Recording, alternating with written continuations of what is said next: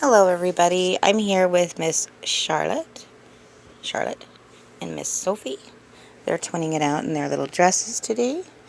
And the book of choice for today is Violet and Winston by Sonya Soanes and Bennett Tramer.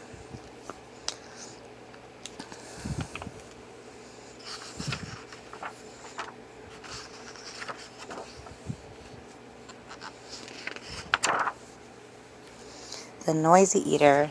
Violet and Winston were having a picnic. The mockingbirds were singing. The brook was babbling and the leaves were rustling through the summer breeze. But Violet couldn't hear any of it because Winston was crunching on carrots. It sounded louder than a bowling alley. Ugh. Violet didn't complain, though. She didn't want to make her friend feel bad.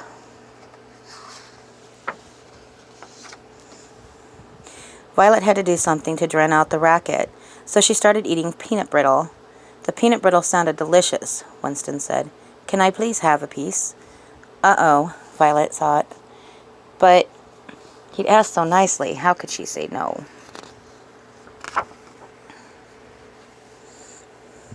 Winston started chomping on the peanut brittle.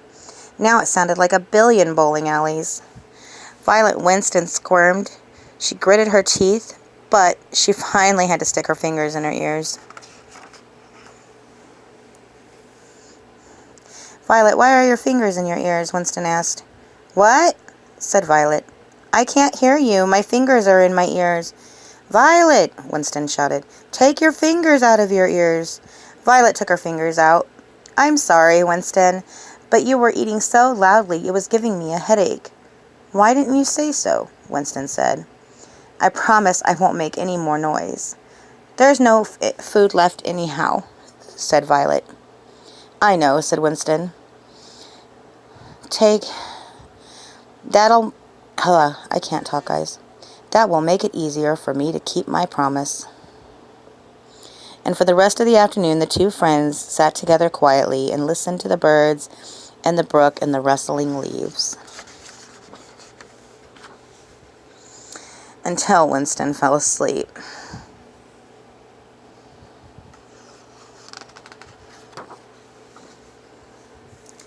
Story number 2, The Missing Glasses. Violet and Winston were sitting in their favorite booth at the cafe, but the menu looked like a blur to Winston. He reached into his pocket. Oh no, he cried. I've lost my glasses. Don't worry, Violet said. I am the queen of finding things. Where was the last place you wore them? On my nose, said Winston. No, said Violet. I mean, where were you? Oh, Winston said. He thought for a minute. I was at the bookstore. But Winston's glasses were not at the bookstore. I'm the king of losing things, he moaned. Don't be silly, said Violet. All we have to do is keep retracing your footsteps. Where did you go from there? To the music store, said Winston. But Winston's glasses were not at the music store either, not even in the tuba. I'll never see my glasses again, he said. Never say never, said the queen of finding things. Where did you go next? The candy store. They searched the candy store, only stopping once to buy a piece of some blueberry jelly beans. But Winston's glasses were nowhere to be seen. Winston sighed. It's time to give up, he said. The queen of finding things does not give up, Violet said. Where did you go from there? I went to meet you, he said sadly, at the cafe. Uh-oh, said Violet. Right back where we started. We might as well go eat lunch, said Winston. Can you read the menu to me? The two friends tugged back to their favorite booth and plopped down.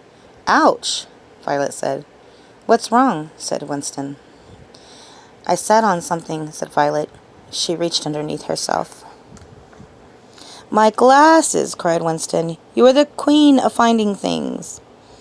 Winston put on his glasses. Violet giggled and pulled out a roll of tape out of her pocket. Don't worry, she said. I'm also the queen of fixing things. I believe this is the last story in the book, and it's called The Garage Sale. Winston was having a garage sale. Violet was keeping him company. "How much for that dollhouse?" a lady asked. Before Winston could answer, Violet said, "Oh, you mean that haunted one?" The lady grabbed her daughter's hand and hurried off. Winston was shocked. "Violet, that dollhouse is not haunted," he said. "Why did you scare away my customer?" Violet brushed. "I don't know what came over me," she said. Another customer strolled up. "I'll take the sweater," he said to Winston. "Funny thing about that sweater," Violet said. "Every time it gets wet, it shrinks another size. Why, in a few more washings, it'll probably disappear." The customer tossed down the sweater and left. "Violet," Winston hissed. "I'll never sell anything if you keep doing that." "Oops," said Violet.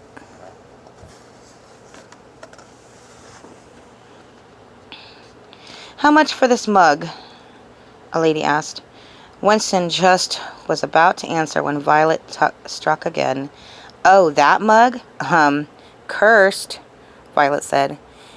"If you drink out of it, your tongue will fall off." The lady turned pale, dropped the mug, and fled. Winston was hopping mad. "That mug is not cursed," he shouted. "I've served you cocoa in it 100 times.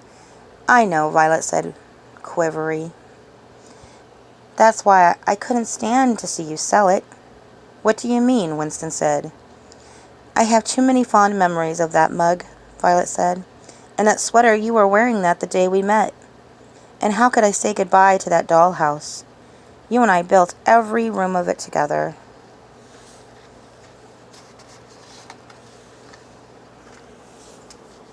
"Excuse me," a man said. "How much for this conch shell?" Winston hesitated. He looked at Violet and then back at the shell. "This one?" he said. "It's only $2,000. Violet's eyes shot up. "Well, I never," said the man. He shoved the shell into Winston's hand and stormed off.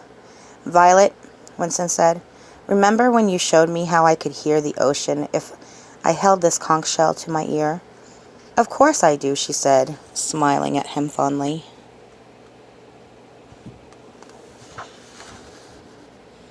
And the two old friends leaned their heads in together, put the shell to their ears, and listened to the whooshing of the waves.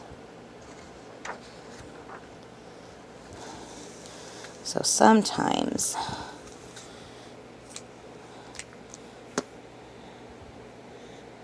just be honest with each other. If you have something to say, you should say it. If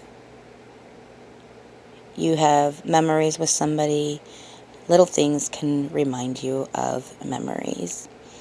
And I think that would be the moral of some of these little stories in here.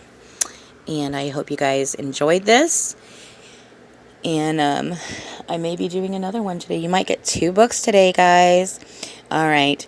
You guys have a good day. And this was Violet and Winston again by Sonya Soanes and Bennett Tramer. You guys have a good day. Thank you.